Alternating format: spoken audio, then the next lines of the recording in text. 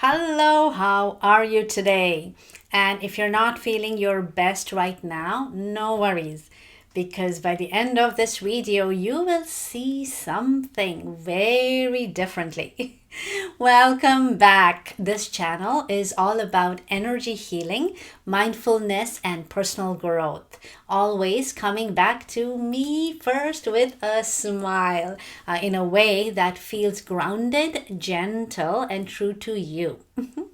Today, I want to explore a Japanese concept that is often translated in a way that can feel a little misleading.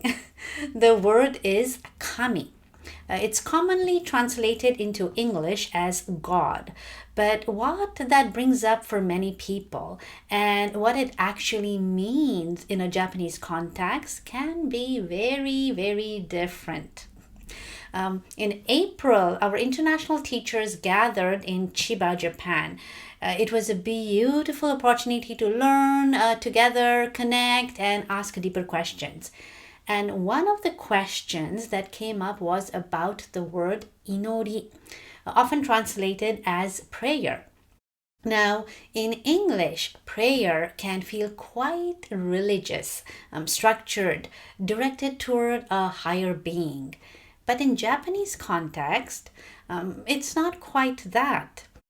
As we explored this together, Yoko-san noticed that underneath the question was something even deeper, a fundamental misunderstanding of the word kami itself. And the way she explained it was so clear, so simple, and so expansive that I felt it was really important to share it with you here today. And at the heart of that conversation was a message that feels especially important right now. You are your own pillar. Now, that can sound empowering, but also a little unclear. What does it actually mean to be your own pillar?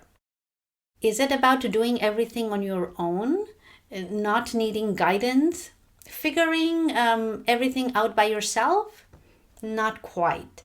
What it really speaks to is trust, a deeper trust in yourself. And this is where the meaning of kami becomes so important. Because when kami is understood as something outside of you, something above you, something you have to reach toward, it's very easy to feel disconnected from your own center. But in the Japanese context, kami is not separate from you. It's not a being sitting somewhere deciding things for you. Instead, kami refers to the invisible, mysterious workings of life itself, the intelligence that is always moving, always functioning, even when we don't see it. And when you bring that closer, your heart beating, your breath flowing, your body responding, adjusting, healing, without you needing to control it. All of this is kami in action. So when we say you are your own pillar, it's not pressure. It's not about having all the answers. It's about recognizing that within you there is already something steady, something intelligent, something quietly supporting you all the time. And when you begin to trust that, you don't feel the need to search so far outside of yourself. You begin to return to your center. Because in ancient Japan, people weren't thinking in terms of a single creator God. They weren't asking, who made the universe? Instead, they were observing life. And whenever they encountered something they couldn't fully explain, but could feel, could witness, could experience, they called that kami. For example, when the wind moved through the trees. They didn't see the force itself, but they saw its effect. That was kami. When fire burned, powerful, unpredictable, transformative, that was kami. When storms came, when rain fell, when seasons changed, these were not just events. They were expressions of something unseen, yet undeniably present. And the same way of seeing was applied to the human body. Think about it. You eat food, and somehow your body transforms it into energy. Your heart continues beating. Your body heals a cut. Your breath flows in and out all day, all night, without you needing to control it. If you really pause and look at that, it's kind of incredible. It's not something we consciously do. It's something that is happening through us.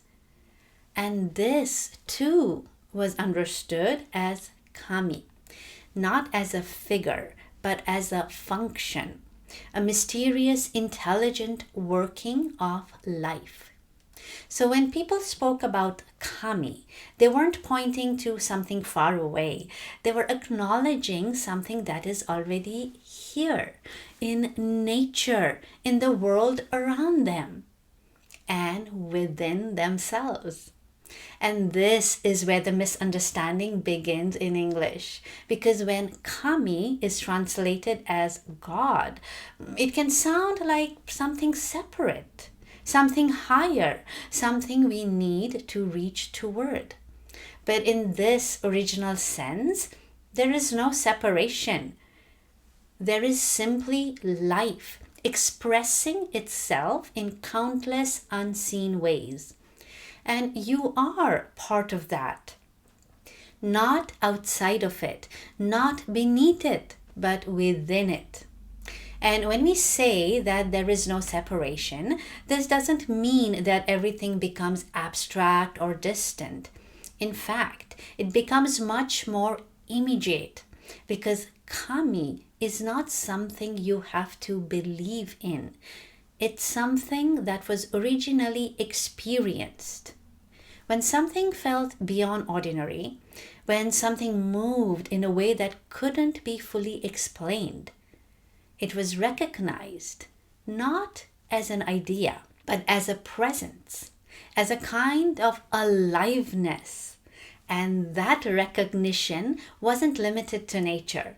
It included places, moments, and even what we experience within ourselves.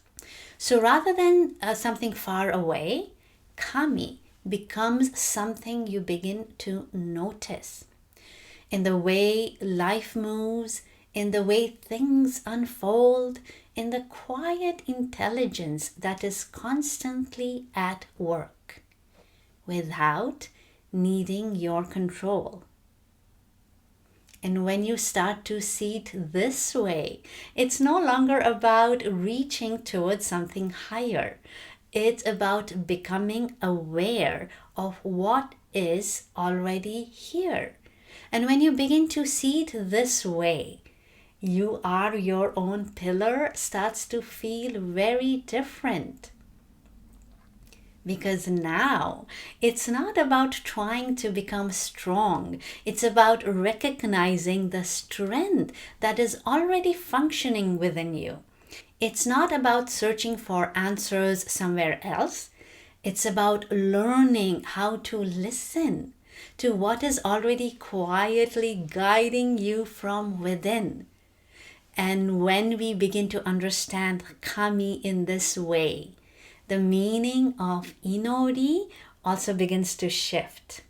Now, Inori is often translated into English as prayer, but if we stop there, we miss something important, because the word prayer can carry the feeling of asking, of hoping, of directing something outward towards something separate. So for now, let's just stay with the word inori without translating it. Because Inori is not about asking for something to happen.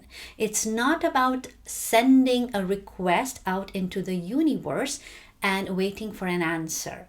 Inori is something much quieter than that. It's a moment of recognition, of acknowledging that these unseen workings, kami, are already here, already functioning, already supporting life, including yours. In Yoko-san's explanation, she shares that when people visit a shrine, they're not necessarily asking for something. They're expressing something closer to appreciation, almost like saying, this is already happening. Thank you for this life that is already moving. It's less like asking for help and more like noticing what is already working. And when you feel into that, Inori becomes a kind of alignment. You pause, you become aware, you soften your need to control everything. And instead, you begin to move with life rather than constantly trying to push against it. Even something very simple like taking a moment to notice your breath, feeling your body, acknowledging that your heart is beating without effort. That too can be Inori. Not because you are doing something special, but because you are recognizing something that is already happening. And from that place, a different kind of trust begins to grow. A quieter, steadier trust. The kind that doesn't need to reach so far outside because it knows something within is already supporting you.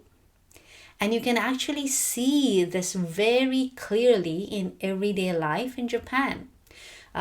If you've ever visited a shrine, you might have noticed a very simple, familiar rhythm. People walk in, they might ring a bell, offer a small bow, clap their hands, and then a quiet moment. And it's in that quiet moment that Inori happens, not in the actions themselves, but in the awareness that follows. And then they leave. It's very natural, very casual even. And what's interesting is most people doing this wouldn't necessarily describe themselves as religious in the way we often think of it in the West. They're not always going there with a specific request. They're not necessarily asking for something to be fixed or changed. It's more like a moment of connection, a moment of acknowledgement, almost like pausing to say, I recognize this. I am part of this. There is something here and I honor it. And then they continue with their day. There's a lightness to it. No pressure, no strict obligation. Just a quiet, respectful awareness of something beyond what we can see. And at the same time, something that includes us. And when you see it this way, Inori becomes something very natural. Not something you have to do properly, but something you can return to in small, simple moments, anytime. So when we come back to this idea, you are your own pillar, it begins to feel much more natural because it's not asking you to become something new. It's inviting you to recognize what is already there. If kami is the unseen, intelligent workings of life, and if those workings are already present within you, then being your own pillar means learning to trust that, not just intellectually, but in a very simple, everyday way. And this is where it can become practical, because often when we feel uncertain, we go into the mind. We try to think our way through everything. We look for answers outside. But if you bring your awareness back to your body, even in a small way, you might begin to notice something different. Do I feel more at ease here or more tense? Does this feel expansive or heavy? Am I able to breathe more freely or does something feel tight? These are very subtle signs, but they're always there. And in a way, this is also a form of Inori. Not something formal, not something you need to set aside time for, but a quiet, ongoing relationship with what is happening within you. Listening, acknowledging, allowing. And over time, this is what begins to build trust. Not a loud, forceful kind of confidence, but a steady, quiet knowing that you are supported, that something within you is already functioning with intelligence, even when you don't have all the answers. And from that place, you don't feel as pulled in every direction. You don't feel the need to constantly search outside. You begin to return to yourself again and again, gently, naturally. And maybe that's what it really means to be your own pillar. Not standing alone, but standing in connection with the life that is already moving through you. If you are a Reiki practitioner, I'd love for you to take a moment and reflect on this. How has your understanding of Kami or Inori evolved in your own practice? You can share in the comments. I always love hearing your insights and experiences. And if there is someone in your life, another practitioner, a student, or even a friend who you feel would really appreciate this perspective, please share this video with them. These are the kinds of understandings that deepen our practice in a very quiet but very powerful way. Thank you for being here. ありがとうございます。